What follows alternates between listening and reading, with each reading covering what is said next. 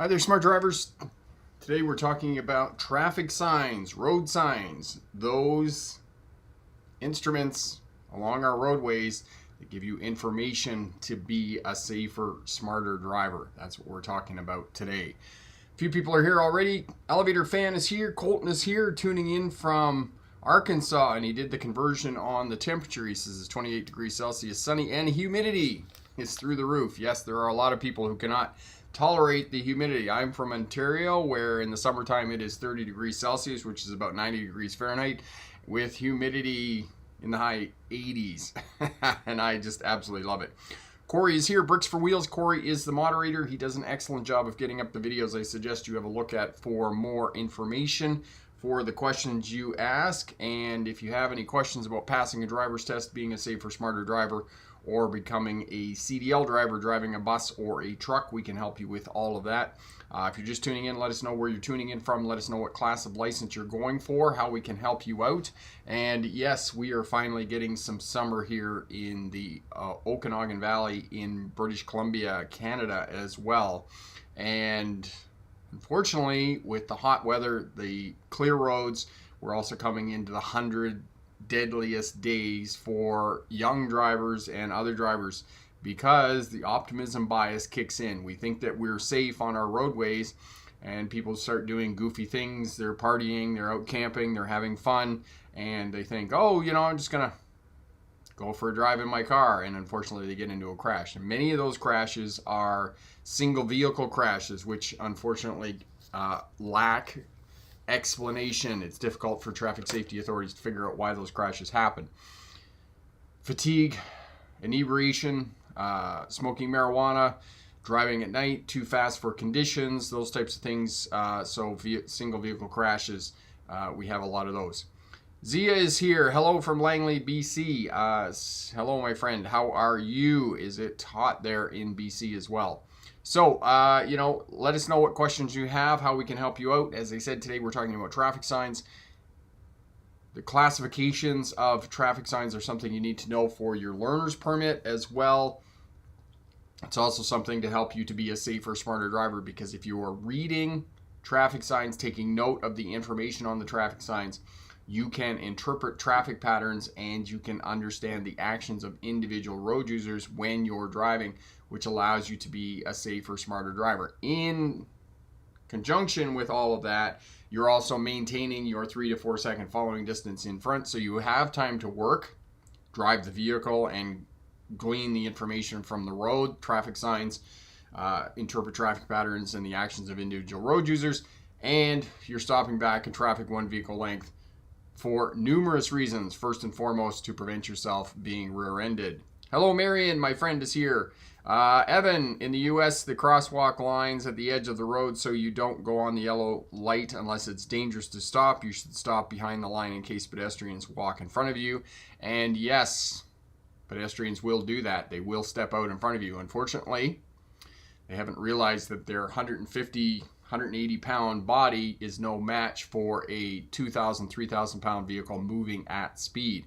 And 2,000, 3,000 pound vehicles are on the light side of vehicles. If you get a heavy pickup truck, a 3/4 ton pickup truck, for example, or a large SUV, a Chevrolet Suburban, those types of things, they're going to be in the 4,000, 5,000 pound range. And if you get into electric vehicles, then you're into the 5,000 plus range for electric vehicles and weight. Roberto, hello, my friend. Elevator Fan, time for dinner. Have a great dinner, my friend. Yes, so again, looking forward, interpreting traffic patterns, identifying crosswalks, as Evan said, and you want to take note of the position of the pedestrian, the vulnerable road user, in relation to the crosswalk, because this is the number one way that pedestrians and other road users and other traffic communicates with us, is the position of the vehicle on the roadway, as well the speed relative to an intersection or other laneway or service or those types of things. If they're coming up to an intersection, the vehicle is slowing, but it doesn't have a signal on, there's high probability that if the vehicle is veering to the right or moving slightly to the right, it could be turning right. So take note of the position of the vehicles, because it's not a matter of if other vehicles aren't going to signal. It's a matter of when, and not signaling is a common trait of social driving. Corey says, when you mentioned that the authorities have trouble figuring out the cause, do these single vehicle crashes also have no survivors? Corey, in many cases, they have no survivors, or the survivors of the crash, if they're drunk, for example, are not going to tell you that they were inebriated when they were driving. For example, years ago, when I worked at the hospital, young male, and unfortunately it was usually young males that I was working with. Those made up a large percentage of the clients that we worked with and did driver rehabilitation with at the hospital. He had been drunk. He admitted to me that he was drunk, but of course he's not going to admit that to the authorities. I had been driving home, flipped the car in the field, the farmer's field, and he was not wearing his seatbelt, and he was jettisoned from the car and was laying 300 or 400 feet away from the vehicle when they found him later that night. And his defense, his lawyer's defense, was that they couldn't prove that he was driving the car, despite the fact that he was in a wheelchair for the rest of his life. How else did he end up in the middle of the field with sustaining those kinds of injuries that he was now a paraplegic? So that was their defense, that they couldn't prove that he was driving the car. However they explained away his injuries, I don't know. But this is the other reason, is that even if they do have survivors, survivors are generally not going to say, oh, I was too tired to be driving. I was too jet lagged because I just got off a 30-hour flight from China and I shouldn't have been driving anyway. Or, you know, I have some illness, or I had a stroke, or I had a heart attack. Those things are all inexplicable. So it makes it difficult for traffic safety authorities to pin down reasons why there are single vehicle collisions. The other contributing factor to this, Corey, is people's circadian rhythms. People think that it's kind of the danger time is kind of that 1 to 5 a.m. in the morning. It's also 1 to 5 p.m. in the afternoon. You're driving along in the car on a highway. You got it set on cruise control. It's nice and sunny. You're very comfortable. You're listening to a book, or you're, you know, just by yourself in the car, and you fall asleep at the wheel. Happens a lot with people, unfortunately. So these are the reasons that we have a lot of single vehicle crashes. Most of these single vehicle crashes, as you said, Corey, can end up being fatal, and they do happen on 2-lane rural country roads. And we've talked about in other videos why 2-lane rural highway crashes tend to be fatal as opposed to crashes in the city. You know, first and foremost, people, you know, emergency crews, or somebody has to find you. Cell phones, they have to locate you. They have to get emergency services to you. They have to medevac you to a hospital and whatnot, and those types of things. And in terms of medical science, moving forward, we know about trauma. We know about the golden hour now. You know, all of these many of these medical science techniques came out of the Vietnam War. And then, of course, medical science and technology has advanced in the last half century, right? So we know that if we can get car crash victims into surgery within an hour, that golden hour, the chances, or the probability of survival, are much, much higher. So that's what we're talking about. Nice lecture. Thank you so much. Films, my road test is the 26th. I've been binging your videos. You're going to do awesome, my friend. Good luck. Remember to breathe. In through the nose, out through the mouth. Show up 20 minutes before your driver's test. Check in, bring your identification, bring money. Don't forget your license, all those good things. And if you have any questions about your driver's test, definitely let us know. Colton, an old VW Beetle, weighs 907 kilograms to 1,300 kilograms, and they get about 14 kilometers per liter. My Toyota Camry weighs double that and gets about the same fuel economy. Interesting thought. Yes, Colton, and you bring up an interesting point. And I've mentioned this previously in other videos. People think, and I erroneously thought this at one juncture, is that older cars are heavier than newer cars, when in fact, newer cars are heavier than older cars, and that's due to the fact of all of the electronics, all the sensors, all the electric motors in these vehicles to make the windows go up and down, electric power door locks, electric mirrors, all the creature comforts that we like in our vehicles, AC, air conditioning, those types of things. All these creature comforts and sensors and whatnot make vehicles much, much heavier than they were 30, 40 years ago. And it's interesting because people have the misconception, the myth, that old cars, you had a Lincoln Continental and the door weighed more than a new car today. It's quite the opposite, in fact. The new cars weigh much, much more than what they did in the old days. I mean, you get the electric vehicles, for example, the Ford F-50 Lightning, it weighs 6,500 pounds. It's just an incredible amount of weight. I mean, that's 3 times what the old 1998 Honda CR-V that I have weighs. So they are really, really heavy. Safety features and weight too, yes, and that's the other piece that I didn't mention. Thank you for reminding me that, Colton. Safety features in the vehicles, the airbags, seat belts, breakaway steering wheels, glass. I don't know what that's, it's escaping me right now, but shatterproof glass so that it doesn't, cut you to ribbons if you get in a crash, those types of things. So yes, safety features all add to the weight of the vehicle.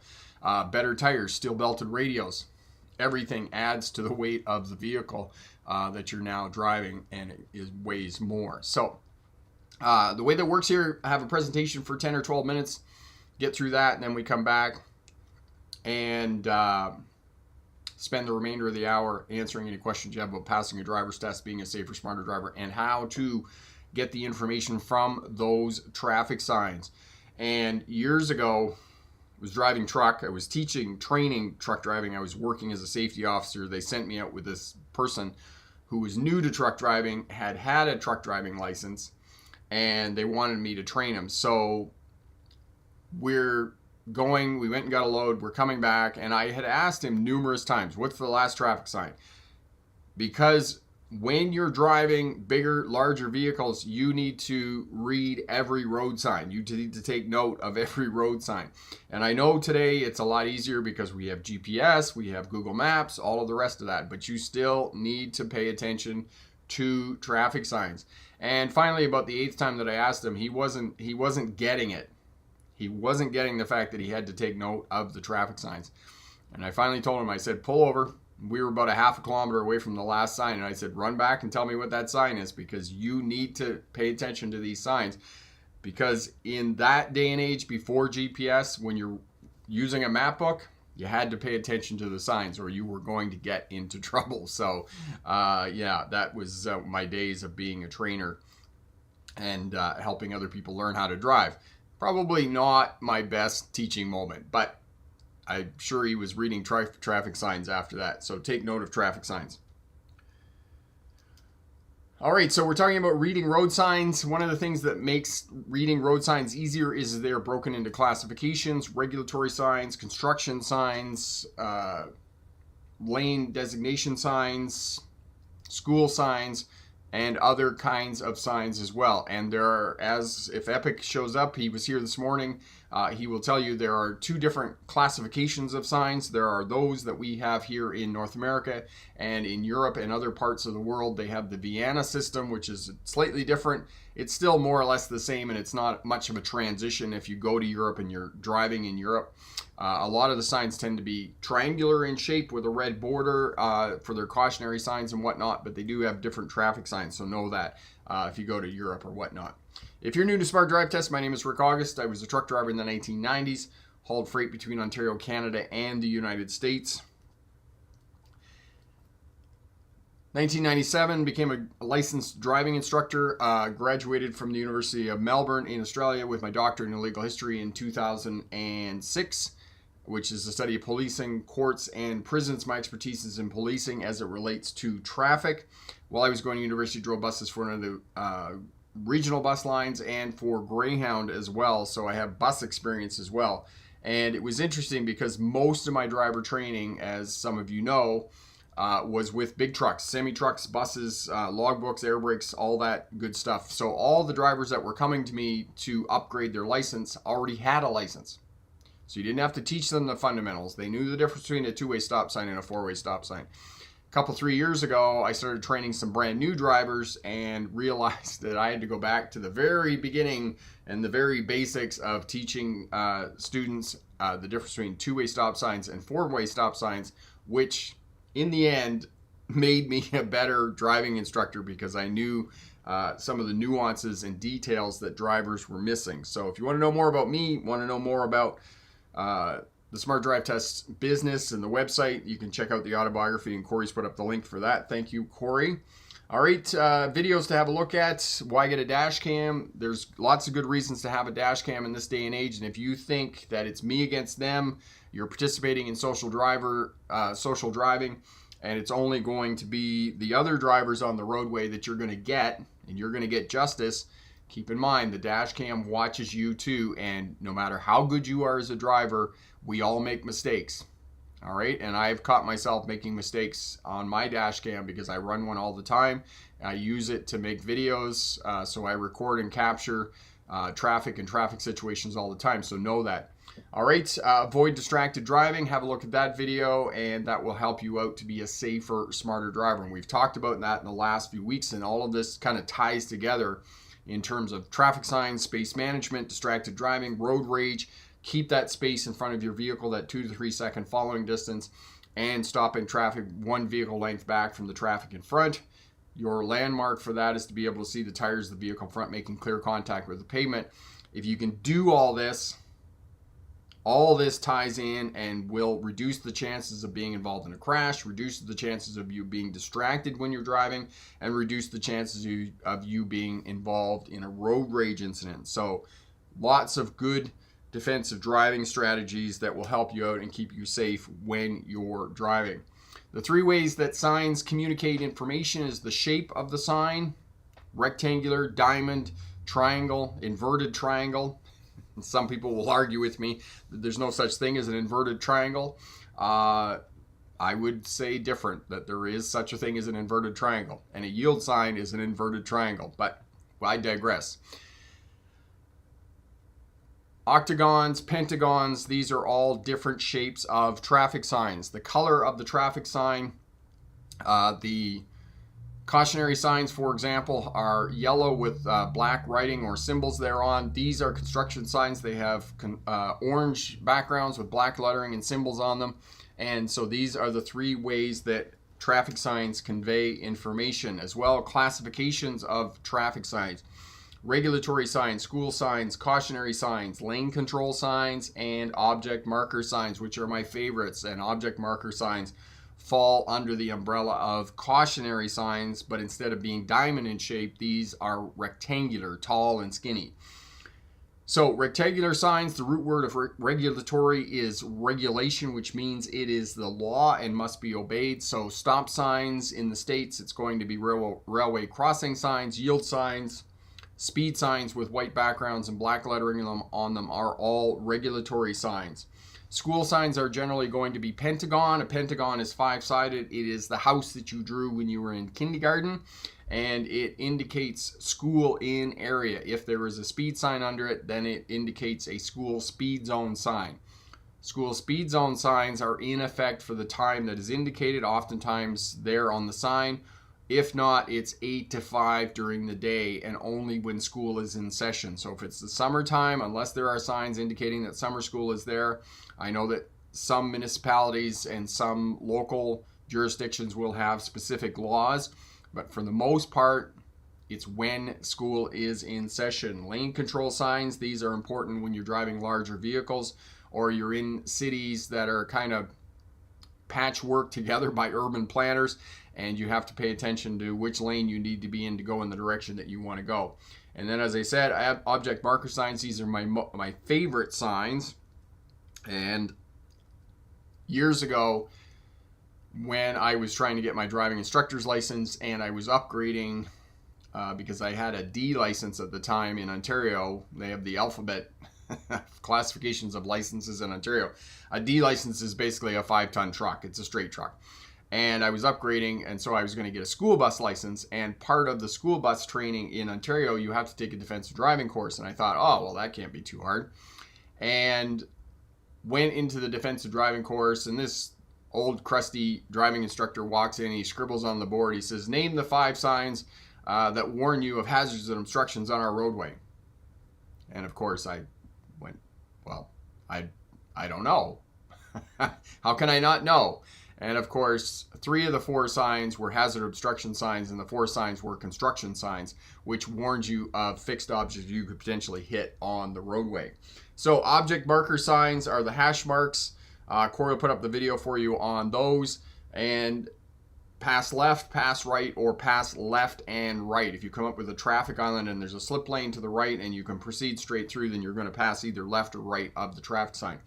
The way you know on which side to pass is you pour a kettle of water on top of the sign, and the side that it runs off on the hash marks is the side of the object marker side, the side of the object marker sign that you pass. They're going to be found on concrete islands, bridge abutments, fixed objects, anything you could potentially hit along our roadways. So take note of those signs, and they are also the most prolific signs on our roadways. Okay, now that I've mentioned them to you, you are going to see those signs absolutely everywhere. Regulatory signs, these are the law. Stop signs, speed signs in the United States, railway crossing signs, and brake check signs for those of you driving commercial vehicles. You must stop at a brake check in the mountains and check your brakes.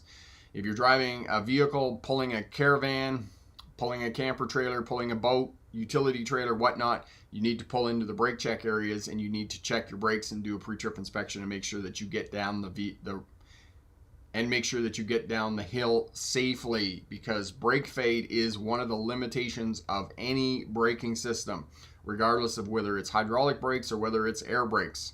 So you need to know that. And the steepness of the grade is going to be indicated as a cautionary sign. Now, these cautionary signs could potentially save your life, and I'll talk a little bit more about that more. It tells you how steep the hill is. Okay, so the higher the number, the steeper the hill. Most of them are 8, 9, 10, 11, 12% grades. Okay, that's a pretty moderate grade, depending on the length of the grade. Now, if it's more than a mile, more than a kilometer, there's going to be a sign underneath telling you how long that hill is.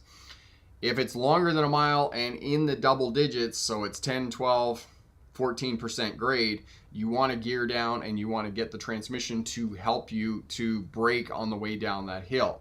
If you get into the 18 to 20% grades, which I have seen, make sure that you're definitely geared down to get down that hill safely when you're driving. All right, regulatory signs, cautionary signs, as I said, some of these will save your life, some of these not so much, okay? So it comes with experience as to figure out which ones you need to pay attention to and which ones you can say, oh, okay. But as a new driver, I would caution you and say you need to pay attention to all the signs. So that sign on the bottom, if you come up to that and you see it on the roadways, what you need to do is you need to slow down to 45 miles per hour, because until you get some experience and know the roadway, this will keep you safe.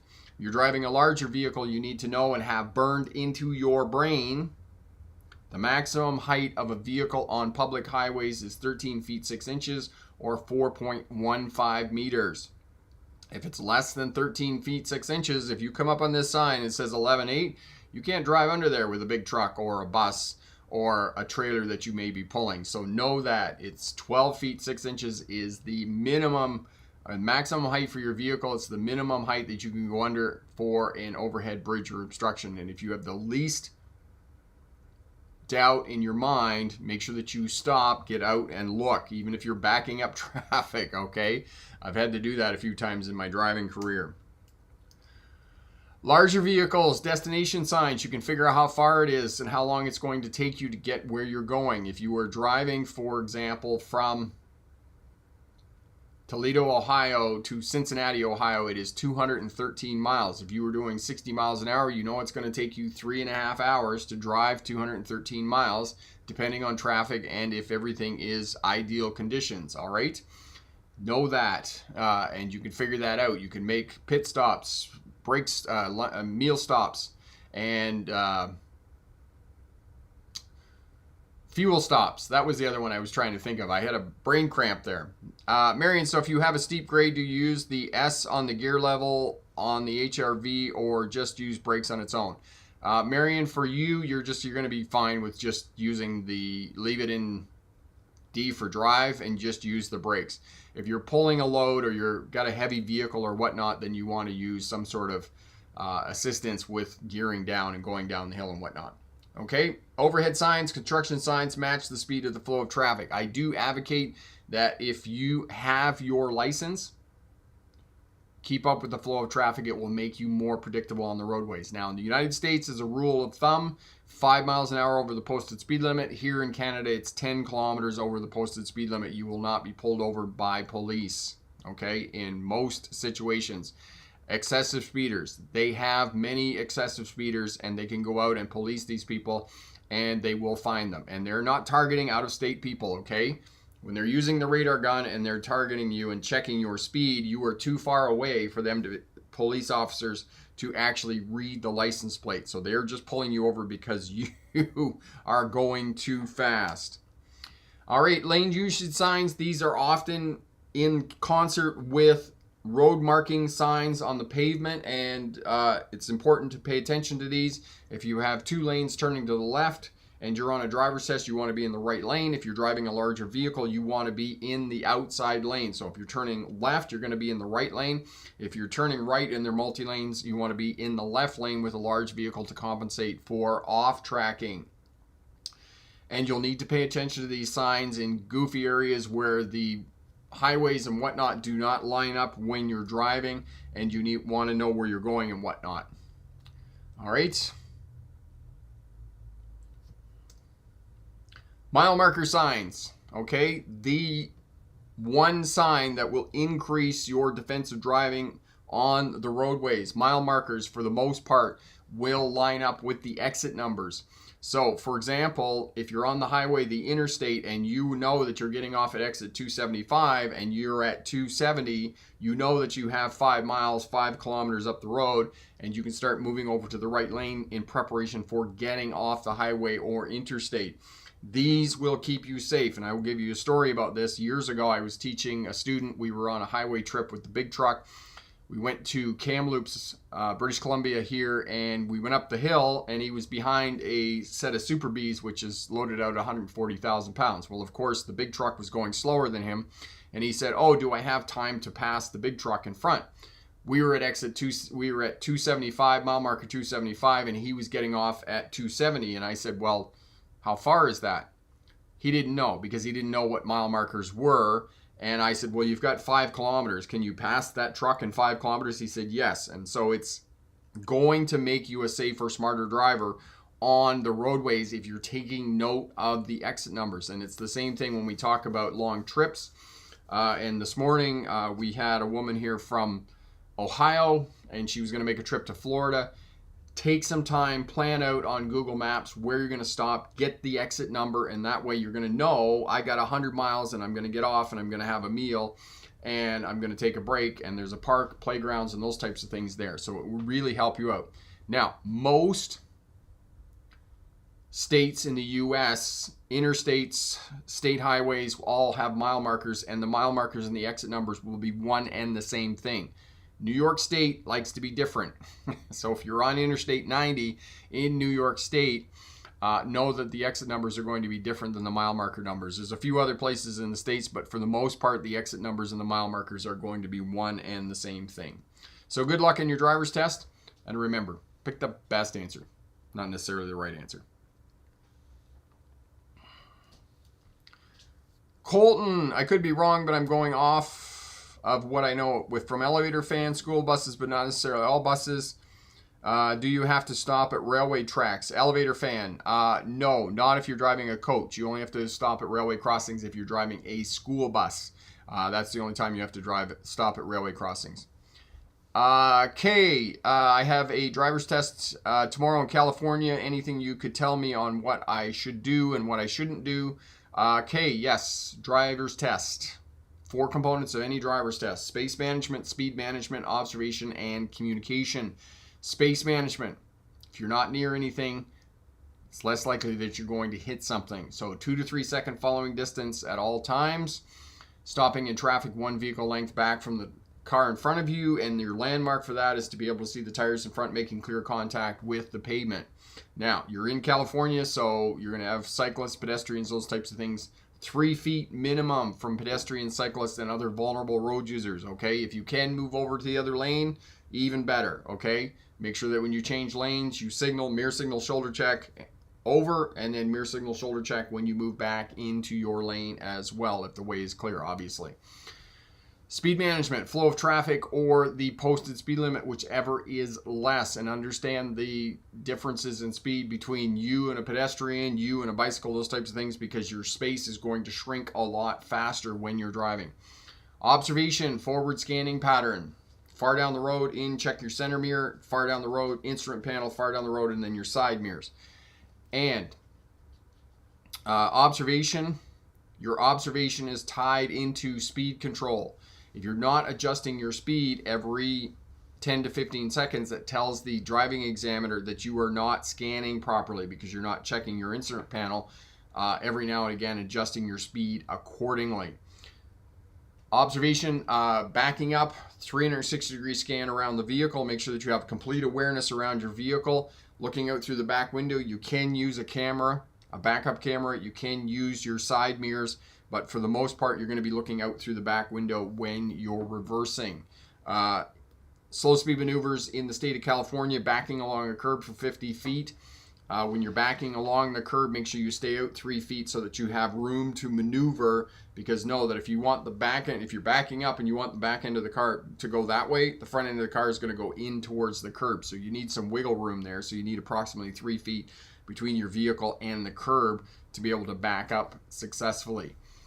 Communication, 5 ways that we communicate with other traffic on the roadway. We talked about this in the introduction. Position of the vehicle or position of the road user on the roadway. You're coming up to a crosswalk, there's a pedestrian approaching the crosswalk, there's a high probability that he or she is going to step out into the crosswalk and cross the roadway. If a vehicle is in the left turn lane, there's a high probability that they're going to turn left even if they don't have their signals on. And if you're following a vehicle, it's moving to the right and it's slowing down, but it doesn't have its signal on, but it's slowing down as it approaches the intersection, there's a high probability that vehicle is going to turn right. Position of the vehicle, lights and signals, eye contact with vulnerable road users and pedestrians standing at the corner. You're not sure what they're doing, get eye contact, and then use your hand gestures. All 5 fingers. Don't tell somebody that they're number 1, especially on a driver's test. And the last way we communicate is use of the horn. Use the horn sparingly when you're driving, especially on a road test, okay? Horns in North America are seen as a sign of aggression, so use your horn sparingly. So, space management, speed management, observation, and communication. Where to stop at stop signs and traffic lights, behind the stop line, behind the crosswalk or sidewalk. If those 2 conditions don't exist, then at the edge of the road just before entering into the box of the intersection. That's what you need to do, and all you need to do for your driver's test is take away the driving examiner's right to fail you. Nothing less, nothing more. Demonstrate that you have due care and control of the vehicle in changing traffic conditions. You're going to be great. Okay. TL, at a rail crossing, what behavior should you expect from a cyclist in front of you? Depends on the rail crossing, TL. I know that if there is traffic around me and I am riding my bicycle, I'm generally going to get out of the saddle and I'm going to try and make myself bigger, and I'm going to slow down and I'm going to get my feet on the pedals. And the reason that I do that is to try and raise up my center of balance so I've got more control of the bicycle, because you're going to be bouncing over there. And the other piece is, if your wheels get caught in the tracks, which I have had happen to me on my bicycle, I want to be up so I can go over the handlebars and I can roll and get back up. Because I've had, like I said, I've got caught in railway crossings, and railway crossings are pretty bumpy, so I don't want to be having my butt in the seat when I'm going over that railway crossing. So know that cyclists are probably going to slow down. Experienced cyclists are going to get their butt out of the seat and they're going to start standing up and put their weight on the pedals. Now I know what I was going to say. The reason that you're standing up to put your weight on the pedals as opposed to your weight on the seat is you're lowering the center of gravity in the bicycle. And I know that sounds weird that you're standing up on the pedals, but you're lowering your center of gravity, because you are lowering the center of gravity on the bicycle, because you're moving the weight from the seat on the bicycle, which is here, to the pedals, which are down here. That's what you're doing. You're lowering the center of gravity. So that's why good cyclists are going to stand up. They're probably going to slow down a little bit as they're proceeding across the railway tracks. And if the tracks are on an angle at all, depending on the angle of them, as a cyclist, as an experienced cyclist, I'm going to try and move my bicycle so that I hit the tracks at a 90-degree angle. So I may move to the left or right, so expect that as well if you're following a cyclist and he or she is going over the railway tracks. TL, great, but drivers must yield as cyclists have the right to use the full lane. Yes, they do. Colton, well, in the U.S., that's how laws get passed. I'm not sure how Canada does that. Okay, railway crossing signals can fail at any time. Yes, they can, as with many other traffic control signals and whatnot. Cyclists must cross tracks at 90 degrees. Yes, they do, TL, but not always. The other piece about it is if you have any off-road experience like I do in riding bicycles, and as I said, I've ridden bicycles all over the world. I've done bicycle tours in Tasmania, Cape Breton Island, Newfoundland, Scotland, and I've hit tracks, and if you hit them at speed, you don't have to hit them at 90 degrees. You just lift up the front wheel, make sure the front wheel clears the railway tracks, and you just go over. So if you've got speed, so if the railway tracks are at the bottom of a hill, for example, I'm not hitting them at 90 degrees. I'm just getting my front wheel up so that it will clear over top and not get caught in any of the instructions, and I'm just going over. So no, I'm not always going to be hitting it at 90 degrees, depending on how much speed I have. Excellent. Corey's put up the must-watch videos for passing your driver's test. That includes 4 skills that you need to have, which I just talked about: speed management, space management, observation, and communication. Yes, those are the 4 skills that you need to have for your driver's test. Talked about those. And then as well, automatic fails, most common mistakes on a driver's test. And there's one more video in there, which I cannot recall. Oh yes, 10 chance events that may happen on a driver's test. Chance events that could potentially happen on a driver's test are encountering a yellow light. Do I stop? Do I go? Do I stop? Do I go? That is a decision you're going to make. The way that you know about yellow lights is your vehicle will not stop in its own length. So if you were 1 vehicle length from the stop line, then you're going to have to proceed through. But know and keep in mind that you're going to have awareness about what traffic is behind you, because if you lock up the brakes and you're very close to the intersection, the car behind you may rear end you. And lots of people, lots of smart drivers over the years have come back and said that to me. Oh, if I stop and get locked up, the person behind me is going to rear end me. If the person behind you is going to rear end you, you made a mistake in observation a half a block back because you were not paying attention to the traffic that was following you at the time as you approached the intersection. So coming back to traffic signs and what we're talking about in terms of traffic signs will also help you to locate intersections. And the reason that it is important to locate intersections, more than 40% of crashes happen at intersections. And intersections are where you are most likely to encounter vulnerable road users sharing road space with you. Okay? So, in high-income countries, the United States, Canada, Spain, France, the UK, traffic fatalities that are pedestrians and other vulnerable road users make up 25% of traffic deaths. In low-income countries, all the countries in Africa, Asia and whatnot, India and whatnot, pedestrians and other vulnerable road users make up 50% of traffic fatalities. So know that. Okay, scanning and moving through intersections safely. Corey's put up that video for you. So have a look at that. And so traffic signs, traffic lights, stop signs, yield signs, all these signs are going to help you to locate intersections and significantly reduce your chances of being involved in a crash. And that's what we're talking about in terms of traffic signs. Read traffic signs. Know the different classifications of traffic signs. Know regulatory signs. School signs, cautionary signs, lane designation signs. These, reading the information, gleaning the information from these signs, and I know that sometimes it will be on your GPS display as well. They will, stop sign ahead, traffic light ahead, intersection ahead, whatnot. If you have a quick glance at it, it's like, oh, I'm coming up to an intersection. You can look down and at the intersection. Again, the technology, as we've talked about before, GPS, backup cameras, blind spot detectors. These technologies are just a backup to improve on driving skills that you already have in place to keep yourself safe when you're driving. But GPS, cautionary signs, traffic lights, stop signs, yield signs, all these signs, all this infrastructure will help you to locate intersections and reduce your chances of being involved in a crash with vulnerable road users. And we talked about this last week when we talked about left-hand turns and the complexity of left-hand turns, keeping track of the traffic light, the oncoming traffic, and pedestrians on the cross street which have the right of way. So you can take your road signs, your traffic lights, and road markings, and all this combined together is going to give you massive amounts of information that will allow you to map and track intersections as you're approaching them and identify those road users that are potentially going to cross your path of travel when you're driving. Epic, my friend. Love the quizzes and community. Speaking of road signs, there's this one commonly seen in Illinois, New York City, Massachusetts, and Pennsylvania. Pay by plate, and they usually come with a warning: failure to pay toll results in suspension. Yes, so there are lots of people who do not pay the tolls, and we were talking about this morning as well.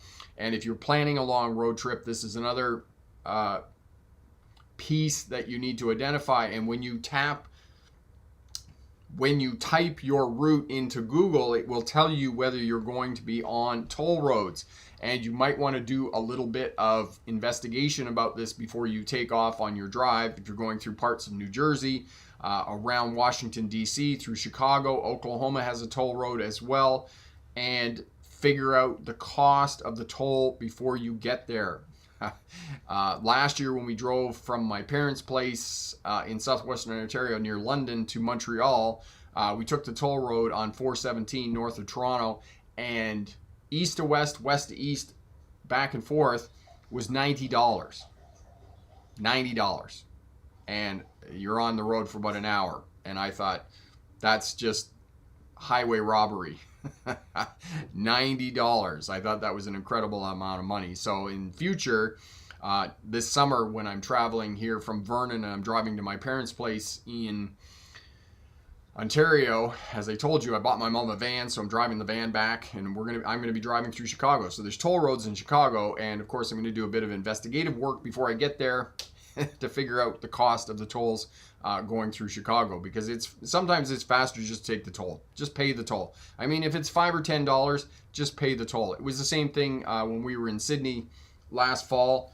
We just took the toll road. I mean, it was only $10. I mean, $10 is very reasonable for a toll road, especially if you're going through a city or whatnot. So sometimes it's just easier just to pay the toll. Marion, talking about observation, I spotted an ambulance coming behind me with lights and sirens trying to weave through traffic. My group of traffic all pulled over at the same time to let him pass. Awesome, and that is very cool indeed. TL, I will ask again, what behavior of a pedestrian requires drivers to yield to pedestrians? In U.S. law, it's clear. Nobody knows, though.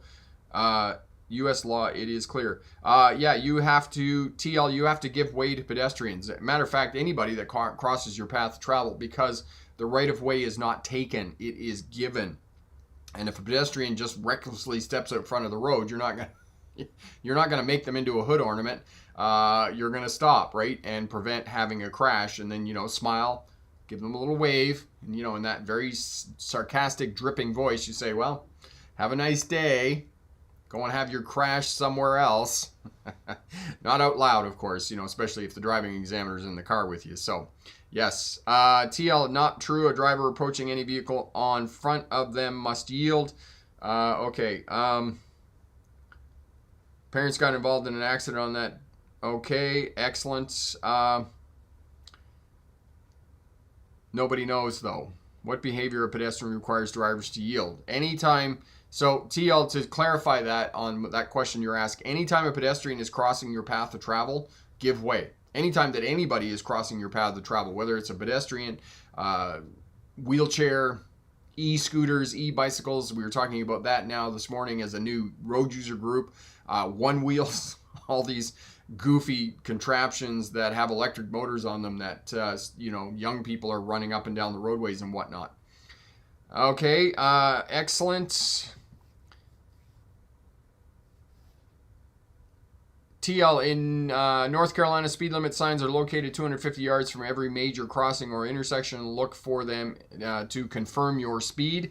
And see, that is another thing. Thank you for that information. I did not know that information. 250 yards from every major crossing or intersection. So if you see a speed sign, you know that you are very close to an intersection, and 250 yards is a good distance to map and track road users at that intersection. Because, as I said, more than 40% of crashes happen at intersections, and this is the place that you are most likely to encounter vulnerable road users. So, at intersections, map and track the intersection. What kind of intersection is it? Is it a simple, conventional intersection, crossroad intersection? Is it a minor road meets a major road, and there are stop signs on the major road that intersect with the minor road? Is it a complex intersection with traffic lights, slip lanes, left turning lanes, advanced turning lights, and those types of things? What kind of intersection is it? Where are the pedestrians? And as we were talking about last week in terms of doing left turns at complex intersections, stay back so you're at the edge of the intersection. Do not move into the intersection. Stay back at the edge of the intersection. That way you keep hazards and obstructions in front of your vehicle. And also, by staying back and having hazards and obstructions in front of you, you can check the signs at the intersection, right? Same thing, making a right on a red light. You can, in many places, make a right turn on a red light, but you have to stop back at the stop line. If you come to a complete stop first, as is required by law, and you're sitting there, you can look through the intersection and locate and see if there are right turn prohibited on red light signs, okay? Because you don't want to turn contrary to a sign, especially on a driver's test. If you do that on a driver's test, you will not be successful. Action contrary to a sign, okay? TL, yes, the speed signs are after the intersection. Oh, okay, after the intersection. I thought they were before the intersection. Misinterpreted that there. TL, in crosswalk, when a pedestrian indicates crossing by stepping into the crosswalk, drivers must yield. Yes, and I am of the opinion that all crosswalks should have some form of flashing light or some other indicator to traffic. We have some crosswalks here in British Columbia, and I'm thinking of one specifically on the way to where I train for jiu-jitsu. There have been numerous times I've come down there and traffic has been moving through there, or there's a car sitting there and they're flashing their lights. You cannot see the pedestrians, okay? So this is a note to pedestrians and car drivers. Many times, if the vehicles are not stopping at the crosswalk, it's not because the drivers are being malicious. The odd time they're being malicious, but for the most part, they are not being malicious. It's the simple fact that they cannot see the pedestrians. Because if I'm at a crosswalk and I know there's pedestrians there and they're waiting to cross, I'm going to stop for them. I'm not going to be malicious and just plow through the crosswalk. If I don't stop, and I've had that problem at crosswalks, especially at night when you can't see the pedestrians, know that as a pedestrian that wait for the traffic and ensure that they are stopped. Double, triple check. As I've taught my kids for all the years that we've been walking around, never trust cars. I love cars. I love teaching people how to drive, but don't trust drivers when you step out into the roadway, because you are no match for a 3,000-pound vehicle moving at speed. I mean, if you're driving a car and you hit a pedestrian and they come up over the hood into the windshield, how bad? I mean, you're just going to feel awful. Absolutely awful if you hit a car. When my daughter was little, there's an ice cream shop where my mom lives in Wingham, and my daughter was like super excited. She came out of the shop and she was getting ice cream, and I think Nan had her ice cream across the road, and she ran out into the road. Oh, it was raining, that's what it was, and she didn't want to get wet, and she just like ran into the side of a car that was slowing down to stop at the stop sign right at the intersection. The woman in the car just freaked out. And my daughter just basically hit the side of the car, and she bounced off the side of the car and fell down. And she was fine. She was fine. But the woman in the car just about had a coronary. It scared her and terrified her so bad. So think about that when you're driving, if that happens. So, most drivers are not malicious. They're not going to do something on purpose. TL in North Carolina, 15% of all crashes and deaths are involved VRUs. What's a VRU? Don't know that short form. Speed signs are after the intersections. Elevator fan, if you're taking a long road trip, consider booking a hotel ahead of time. Elevator fan, don't consider book a hotel ahead of time. Make sure that you do book a hotel ahead of time, especially in the summertime.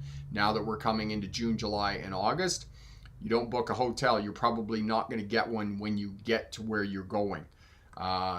3 years ago when we drove across Canada, we came back and we were in a hotel in Calgary. I had sat down the week before. I had called all the hotels. I had booked rooms for us. And I knew how far we were going to travel every day. And we were in the hotel, and there was a gentleman there, and he was looking for a hotel, and he says, I've been to like a dozen hotels. Nobody has any space. So know that hotels are going to be very busy in the summertime. So make sure that you, in fact, do book your hotels ahead of time and know your destination. Now, if you're driving along and you're touring and you're not really paying attention and those types of things to what's going on, not paying attention. Of course you're paying attention, but you're sightseeing. That was what I was trying to say. You're going to do 200, 300 miles a day, which is 300 to 400 kilometers a day, okay? If that's a lazy kind of sightseeing tourist trip. Now, if you're head down, bum up, and you're just giving her, you're going to do 500 or 600 miles a day, okay? And it takes 8 to 12 hours to do 500 to 600 miles a day, depending on how fast you're driving. So know that when you're planning your trips, and that way you can figure out where you need to book your hotels so you can get a decent hotel. And the other piece is it helps out the hotel owners and those types of things. Same thing when I was driving buses. We had a bus breakdown and I had to get fuel and several other things. You don't drive up to a restaurant and drop 45 people on them all at once. You give them some warning that you're coming in. So, I got the number for the hotel, or the restaurant rather, the stop, and I said, listen, I'm coming in with the bus. I got 45 people on the bus. We're coming in, okay? Then that way they're ready for you when you get there. It's not like, oh my God, now what do we do, right?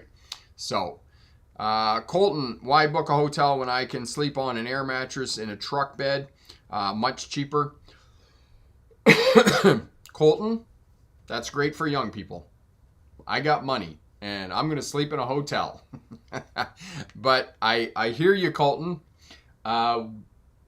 Especially now that we have inflation, one of the resorts here that we have, Sparkling Hill, very nice resort. We used to go there, and it was a couple $100, $300 for a night. I was looking the other day at this, and now on the weekends, now get you, it's on the weekends, the same rooms that we got before are now $850. Most hotels in Canada now are $300 a night. So when you're talking about an air mattress in a truck bed, I think to myself, yes, yes, I will sleep on an air mattress, because once you get to $300 a night for a hotel, it better be 5-star for $300 a night, because I've been in hotels all over the world, China, UK, Australia, the United States, here in Canada, and when you comes right down to it, it's a room with a bed in it and a toilet. Not in the room, it's in the toilet's in the separate room over there. But they're all the same thing. There's nothing special about them. So if you're charging me $300 a night, there better be a pretty fancy breakfast and some, concierge and those types of things.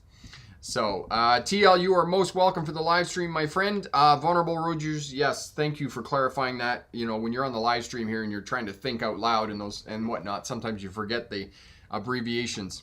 TL, no driver has ever been killed by a cyclist or pedestrian. It's the driver's responsibility sort of be so hard, but most folks only focus on vehicles to vehicle crashes yielding a behavior. Yes, when we need to be more aware, exactly what TL said about cars hitting vulnerable road users, cyclists, and bicycles and pedestrians.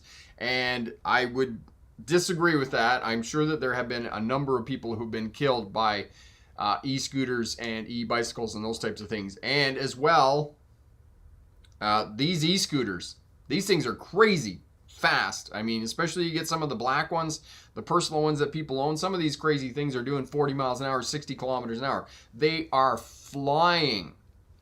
And I don't know what kind of controls we're going to put in place to try and control some of this stuff, but it's coming, okay? Yeah, North Carolina, 15% of all crashes and deaths are involved vulnerable road users. Yes, and I suspect, TL, that's probably a conservative number. I suspect it's a bit higher than that. But again, it's going to vary slightly state to state, but 15% seems a little bit low. I mean, most of it is about 25%. But yeah, so road trips, summertime, we're coming up there. If you are doing road trips, know you can figure out your destination, how far it's going to be, and those types of things. Traffic signs. Pay attention to traffic signs when you're driving in areas that you have not been to before. The traffic signs are going to give you a great deal of information about the roadway, whether it curves to the right, whether it curves to the left. There's an intersection ahead, any other kinds of intersection. And we're not just talking about traffic signs. Pay attention to the other kinds of signs, because if you're driving along a state road, for example, and you see ahead the world's largest ball of twine, right? There's a tourist attraction on the side of the road. Taking note of that sign that there is an attraction up ahead where there's the world's largest ball of twine. In the summertime, if you're there in June and July, there's going to be a lot of traffic coming in and off the roadway. So you're going to have to deal with that traffic and know that that traffic pattern is going to change according to those signs. So this is the other piece about take note of all the signs along the roadway, because that information is going to give you information about traffic patterns, interpreting traffic patterns, and understanding the actions of individual road users. Colton, e-scooters could go up in flames, and the lithium-ion battery is a nightmare to put out because it makes oxygen as it burns. Yeah, that's not good. Rob, when the right turns green at an intersection, should I go immediately or wait a moment to see if someone tries to run a red light? Rob, before proceeding in a car, left, center, right, left again. Okay, so before you move out into the intersection, left, center, right, left again. Okay, so it's going to be a slight pause, probably a second before you proceed. Epic, watching from Eastern Pennsylvania area, and for speed reduced signs, U.S. uses a pennant-shaped sign, and the new speed limit. Other countries lack that. Instead of use a red background with reduced speed now. Yes, so reduced speed ahead. This is the transition area from moving from a highway into a built-up area, a village or town or whatnot. And know that is a place where police officers often sit in a speed trap. It's not even a speed trap, right? They're there. They're policing people. And people come off the highway and they're doing 50 miles an hour and they cruise into city and they're still doing 40 miles an hour when it's a 30 or a 25. You're putting people at danger in the built-up area. So get your speed down at that transition, okay? Make sure that when it goes from 50 to 30, that when you hit that 30 mile an hour sign, you're doing 30 miles an hour to keep yourself safe. Excellent. All right, so we're going to leave it there for today. Read your traffic signs, because remember, traffic signs are to driving what instructions are to an IKEA cabinet. Most people don't read traffic signs. They just look at the traffic in front of them and they do what other people are doing. That is not the way to make yourself a safer, smarter driver. Read the traffic signs, interpret traffic patterns, and understand the actions of individual road users according to those traffic signs, because they're going to give you a great deal of information. And not just the traffic signs, but all the other signs, because there's a tourist attraction as we're driving now in the summertime. It's going to change the way that traffic works. Elevator fan, can we see Striker? I'll see if I can get him over here. All right, good luck in your driver's test, and remember, pick the best answer, not necessarily the right answer. Striker. Come here. Come. He's rustling. He's moving. I can hear him. Come here. He's in his beanbag chair. I can hear the beanbag chair moving. Striker. Come. He's not moving. I gotta go get him. So if you want to wait, I'll go get him. Just a minute.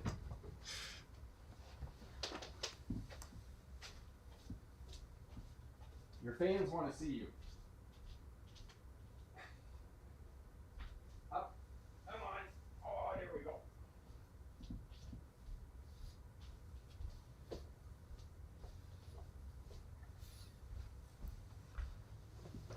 There you go.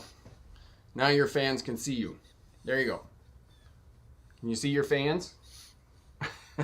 He's had 2 walks today, so he's pretty knackered. There you go. So, you say hi? No? You want to go back to sleep, don't you? Yeah, you're almost falling asleep just right here.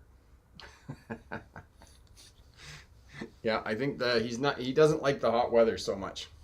So, there you go. Say hi to everybody. You're going to go back to sleep? All right. Thanks, everybody. Have an awesome night. Congratulations. You passed your test in the last couple of weeks. And if you have a test coming up in the next week or so, good luck on that. And remember, pick the best answer, not necessarily the right answer. Have a great night. Bye now.